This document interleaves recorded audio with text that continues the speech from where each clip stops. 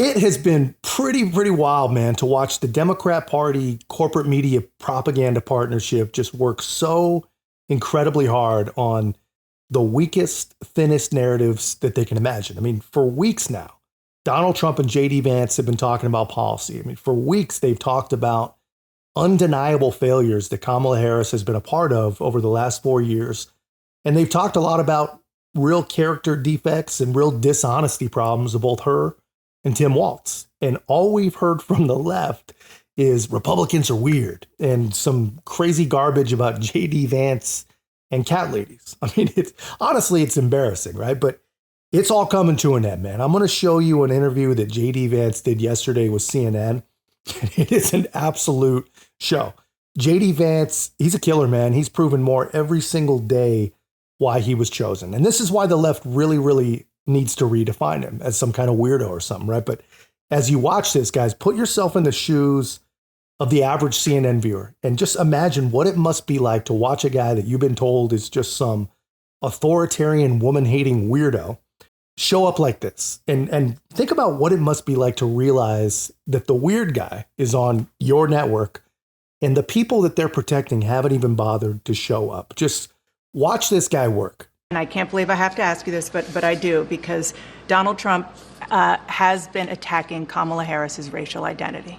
He has not been, but ask your question. Well, he questioned her racial identity. He said a number of years ago she happened to turn black. Her father is Jamaican. Do you believe Kamala Harris is black? I believe that Kamala Harris is whatever she says she is, but I believe importantly that President Trump is right that she's a chameleon. She pretends to be one thing in front of one audience. She pretends to be something different in front of another audience. Look, Dana, she's not running a political campaign. She's running a movie. She only speaks to voters behind a teleprompter.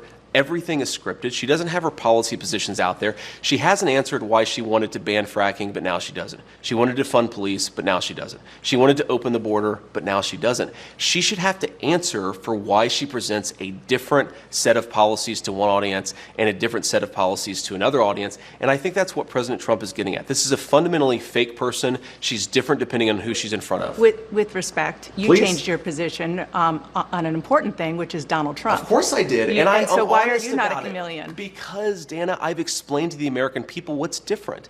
People change their minds when the facts change, they should. But if you want to be the people's vice president or president, you should have to stand before an interviewer and say, this is why I changed my mind. So to everybody who's seen that I criticized Donald Trump, since he asked the question, here are two things. You didn't just criticize him. You said he could be America's Hitler. Well, that's a criticism, and I didn't say that exactly, but set that to the side. What I said about Donald Trump and what I believed about Donald Trump, two things that really changed.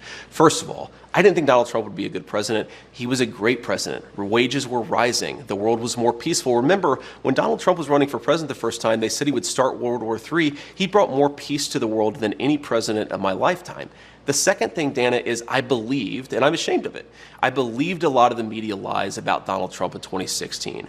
I believe that he said things like, for example, the media said Donald Trump accused all Mexicans of being rapists and criminals. You actually look at what he said, he did not say that at all. And I think it's important when you see something, you change your mind, and that's all I've done. And my pitch to the American people would be, I imagine a lot of folks who are thinking about voting for Donald Trump in 2024, maybe they've bought in to the media lies about him. Think for yourself, look at what he actually said, and I think you'll find that he's, one, a very engaging guy, but two, was a very good president. There aren't media lies. There's a couple things there, man. Just listen to these racist white woman propagandists, man. It's easy to miss because it just rolls off their tongue. But Dana Bash just said, how can you question her ethnicity? Her father's Jamaican. Jamaican is a nationality. It's not a race, man. That's like saying, of course he's white. His dad is British. That's not how it works. And that's not even the main point. But I mean, how amazing was it the way he turned that around on her? He said, of course I changed my mind on Trump. He was a great president who did great things. And this is my favorite part. He said, I'm ashamed to admit it, but I believed you guys in the media when you said that he was going to start World War III and destroy this country. He couldn't have put it any better, man. And the best part was when he said, I'm sure there's a lot of people just like me that believed the propaganda. And my guess is there was a lot of people watching at that moment that really do feel that exact same way. So this guy's doing a great job, man. He is so good, actually, that he forces these journalists like Dana Bash to just have to expose themselves. They lose all objectivity and they just shill for the Kamala campaign. She's got absolutely no choice but to go into protect mode. I want to move on to something that Governor Walz has called you and Donald Trump, and that is weird. Sure. And it is taken off. The New York Times reports that when Donald Trump was asked about it, he said, "Not me, they're talking about JD." Well, certainly they've levied that charge against me more than anybody else, but I think that it drives home how they're trying to distract from their own policy failures. I mean, look, this is fundamentally schoolyard bully stuff. They can accuse me of whatever they want to accuse me of. As Harry S. Truman once said, if you can't take the heat, stay out of the kitchen. And I'm doing this because I think that me being vice president will help improve people's lives. So I accept their attacks, but I think that it is a little bit of projection, Dana. If you think about just take a couple of days ago. Tim Walz gives this big speech. He's been announced as the VP nominee. And I remember when I had just been announced as the VP nominee, I gave my big speech and I saw my wife and I gave her a big hug and a kiss because I love my wife and I think that's what a normal person does. Tim Walz gave his wife a nice, firm Midwestern handshake and then tried to sort of awkwardly correct for it. So I think that what it is two people, Kamala Harris and Tim Walz, who aren't comfortable in their own skin because they aren't comfortable with their policy positions for the American people. And so they're name calling instead of actually telling the American people how they're going to make their lives better. I think that's weird, Dana, but look, they can call me whatever they want to. You're saying Tim Walz doesn't have affection for his wife? I don't even understand that. I said that he acted weird, which he did, on a national stage in front of his wife and in front of millions of Americans who presumably were watching at home. And I think that it's projection, Dana. Look, I think this election should be about who's going to solve the inflation crisis, who's going to make groceries and housing more affordable, who's going to secure that southern border. Kamala Harris's record is that she supported all the policies that made that problem worse, Dana. We're trying to say we're going to take the country in a different direction. I really think that it's important to point this out, Dana. Their entire campaign has not been about, here's our policy for how we're going to make your life better, or here's what's wrong with Donald Trump and J.D. Vance's policies. We're going to name call and hope that you don't notice that we don't have an agenda. That is the entire Democrat approach to this election. They have done both. They have both policies, and they are trying to define Dana, you as well. If you go to Kamala Harris's campaign page right now, they still don't have a policy. Well, let's talk about policy positions about what they're going to do. I think that's really insulting to Americans. Just listen to this guy, man. Right between the eyes, man. Their entire campaign has not been about policy. It hasn't been about the lives of even one American. I mean, it's just a show, man. It's a choreographed and protected show. And all it's been about is who is or isn't weird. I mean, it's, like I said, it's embarrassing, man. And JD's right. Giving your wife a firm handshake is pretty damn weird. No matter what side you're on, no matter where you're from, that's weird. But literally everything he says just makes the journalist expose herself. She's like, what are you saying? Are you saying that he doesn't have affection for his wife? No, I'm not saying that. I'm just saying a firm handshake doesn't really show much affection at all. And it's probably the same greeting that she gave him right before the interview. And on policy, Dana Bash goes into protector mode again. Oh, they've talked about policy, she says. Oh, okay. When? Were they planning on maybe putting it in writing anytime soon? Are they going to put it on a website? Or are they just waiting until Donald Trump's own policies focus group well enough and they just plagiarize them? Joe Biden style. I mean, they're replacing Joe Biden, so they might as well just plagiarize everything they can anyway. But that's good on JD, man, because this is the game these people play. Rush Limbaugh called these people the drive-by media. And the way it's supposed to work, if JD wasn't sharp, is JD says something they don't like. They take a quick shot to discredit him, and then they move on. They're like, oh, that's a lie. They do have policy. Now moving on. But thank God we finally have some people that know the rules of the game and know how these people are going to play the game. Because if they keep this up, man, these people are going to need some new tricks. I think that's really insulting to Americans. You started out talking about the policies in this interview, but you have been on the campaign trail questioning Tim Walz's military record. You say it was shameful that Governor Walz retired from the military before his unit deployed to Iraq. I want to read you something that Joe Eustace, who is a veteran, he served with Governor Walz, said. He said that's a lie. He said he was as good a soldier as you'll find. I'm not trying to defend him. I hope people don't think that. What I'm trying to do is defend someone who served his country. I'm not voting for him. I'll campaign against him, but I don't think it's fair to characterize his service the way they have. Governor Walz served 24 years. Sure. He even stayed after he could have retired because of 9/11, more than the country asked of him. Do you honor his service? Well, of course, Dana, I honor his service, and I've never criticized what Tim Walz did when he was in the military. I criticized his retirement decision, and most importantly, Dana, I criticized his lying about his own record, okay? This is a guy who was captured on video saying, I carried a gun in war. He never went to war. This is a guy who's been captured on video. As other people say, he's an Afghanistan veteran. He's a veteran of a war, nodding along in agreement instead of saying, no, no, no, I did serve my country and I did it honorably, but I never went to a war zone. I'm not criticizing Tim Walz's service. I'm criticizing the fact that he lied about his service for political gain, Dana. Now, I served in the United States Marine Corps, and you know this. And look, there are a lot of things that I'm proud about. I've never lied about what I did or overstated it because it would be beneficial to me in an election. I think that's what Tim Walz did. That's what I was criticizing. And yes, I do think it's scandalous behavior. You talked about one of the things that he said, weapons of war. He was talking in a campaign stop about, he was trying to talk about gun control. Sure. And he said, weapons of war I carried in war. I will say that the Harris-Walz campaign did say that the governor misspoke there. Sure. Do you accept that? He misspoke. Another word is that he lied about it, and he didn't correct the record for 15 years until he was put under political pressure because I called it out, Dana. Whatever you want to call it, a misspeaking or a lie, I think Tim Walz should have to correct the record. Now, you pointed out a soldier who defended his service. There have been a number of soldiers who served with Tim Walz who have criticized him on the exact same grounds that I have because it's not right to misstate or to embellish what you've done, and I think that's what he did. That's well done, man. I mean, here's the thing. No matter what side you're on, no matter how tribalist or tricked you might be, I mean, unless your brain is completely broken, like Trump derangement syndrome broken, you can't possibly argue with that. You cannot hear what that man just said and disagree with it. I mean, and honestly, it's amazing to watch the media just keep trying to frame this thing as people questioning Walt's service, right? No one is questioning his service, not even close. They're not questioning his service at all. They're questioning the fact that he has repeatedly lied about his service. Those are very, very different things. I mean, and this is how lazy these people are, man. She's like, do you honor his service? Yes. Yes, I do. We all do.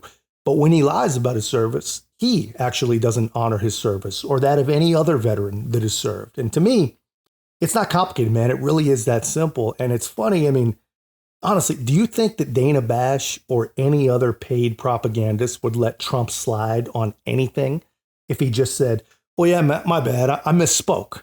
It's not a chance, man. Not in a million years. But here she is. She says, oh yeah, no, they corrected that. They said he misspoke. Yeah, that's called a lie. It's all good, they said. He lied. Won't happen again. And the media just rolls over and takes that. What you've done, and I think that's what he did. And on the question of when he left the National Guard, he filed his election paperwork February 10th, 2005. That was a month before the National Guard even announced that it was possible that they would deploy to Iraq, and it ended up being 2 months. He retired 2 months before they actually got the paperwork. But on CNN last night, Dana, one of the people who was actually in charge of him said they knew they were going to deploy to Iraq in February of 2004, fall of 2004.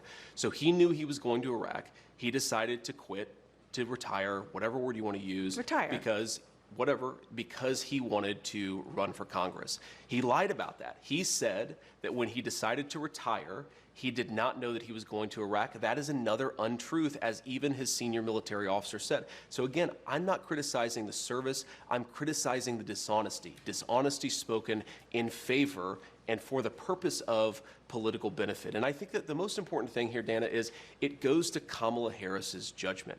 Tim Walz is ultimately going to be the vice president. Kamala Harris is in great health. I'm sure she's going to be president if she wins for 4 or maybe even 8 years. Why did Kamala Harris choose a person who has lied about their military service? I think that is a serious lapse in judgment. And I don't want to hear from a campaign spokesperson of Kamala Harris. I want to hear Kamala Harris herself address what I just said. You know, I've seen a lot of statements from veterans, including those you served with, saying it's just untoward to be criticizing somebody who served for 24 years. Dana, I'm not interested in the ad hominem. I've heard from a lot of veterans groups who criticize Tim Walz. The question is, he said he served in war, and he didn't. That is a dishonesty. I couldn't care less what one or the other person says about it. I care about what the truth is. The truth is that Tim Walz didn't tell the truth. And importantly, Dana, this is about Kamala Harris's judgment. And I think that when you ask, why has Kamala Harris allowed the border to be wide open? Why has Kamala Harris supported policies that have promoted the increase in inflation? I think it goes to the heart of her judgment, and I think that that's what we should be talking about. One last question. Damn, dude. That is supposedly the dumb hick weird guy. And look at her, man. Dana Bash is absolutely shell-shocked here. She's literally thinking as she stares down at her paper, what producer is responsible for this? They told me this was the weird guy. She literally expected him to come in and like meander on about Kamala's race and cat lady stuff. I mean, it's like they had no idea who this dude really was. But that's what happens, man, when these people believe their own spin. They wind up in situations just like this, and they end up exposing themselves and acting like a mouthpiece, a protector of Kamala Harris, because that's all this lady is doing. And if you have any pride, that's got to be embarrassing, man. I mean, it's hard to believe that any of these people are so blatant. They are so incredibly shameless, man. These people, they can't possibly have any shame at all. And I think that that's what we should be talking about. One last question. Donald Trump didn't serve in the military. He received a medical draft deferment for bone spurs to avoid serving in the Vietnam War, reportedly as a favor to his father. Do you find that shameful, too? I think that Donald Trump didn't serve in the military, but he didn't lie about it, Dana. I've known Donald Trump for a long time. He really honors our veterans. He honors me for my service. Donald Trump didn't lie about serving in the military. He didn't say that he went to Vietnam when he didn't. This is the problem. I don't criticize anybody. Whether they served our country or not, I think it's honorable to serve, but obviously a lot of people have reasons for not serving. I criticize somebody for embellishing their record, for lying, saying, I went to war. Dana, do you think that it's a problem that he said, I went to war, but he didn't actually? That seems to be a problem to me. Well, they've corrected that. Let's move on to... They've corrected it by admitting that he lied. Let's move on to another important issue to voters, and that is the issue of abortion. Isn't that something, man? She gets her bell like completely wrong, and her escape hatch is abortion. Just ignore everything he just said and move on. Talk about abortion. Hot button, hot button, hot button, abortion. I mean, it's pretty funny when you think about it, but it's also pretty bad. You know, she's on CNN. She's one of the top propagandists in the world, and she can't even get the Vietnam bone spurs hit to land just right after all these times using it. And it's predictable. Of course, that's where she goes, man. I mean, Tim Walz may have lied about his service and abandoned his unit on the way to Iraq is basically what she's saying. But Donald Trump didn't even go to Vietnam, which is kind of interesting to watch, man, because when you think about CNN and who these people are, it's essentially made up of the modern day version of the same people that were spitting on soldiers and calling them baby killers when they came home. So to hear these people talking about Vietnam as if it's become some sort of prerequisite for political service, it's a little rich, right? But this is where we're at, man. And it's wild to watch. There's actual reality, and then there's liberal reality. And in liberal reality, JD Vance is a weirdo, and he's just some dumb hick that Donald Trump is thinking about kicking him off the ticket because they're just not happy with him or whatever. That's liberal reality. Actual reality is Kamala Harris' judgment is so bad that she passed on a guy who could deliver her actual electoral votes and a guy that actually has a brain in Josh Shapiro because he's Jewish, allegedly. And then she chose a guy who let his state burn because his wife liked the smell of burning businesses, apparently, abandoned his men on their way to combat before he then lied about going to combat with them. He also tried to get out of a DUI by faking another military injury, which is another funny story, took his honeymoon in communist China and allowed the biggest COVID fraud in the entire country while he set up a snitch line so you could tell on your neighbor if they had too many people in their house during COVID. I mean, this guy is apparently the normal one who the Democrats are totally happy with. No one second guesses it. And JD Vance is a weirdo. I mean, come on. The interesting thing is, and I think the most glaring thing is, one of them is sitting for interviews and one of them isn't. And it's that simple. But that's just my take, guys. I thought you'd get a kick out of that. Let me know your thoughts in the comments. And if you haven't already, guys, don't forget to be a part of our growth. Make sure to like, comment, subscribe. Most importantly, share the channel. I'll see you in the next one.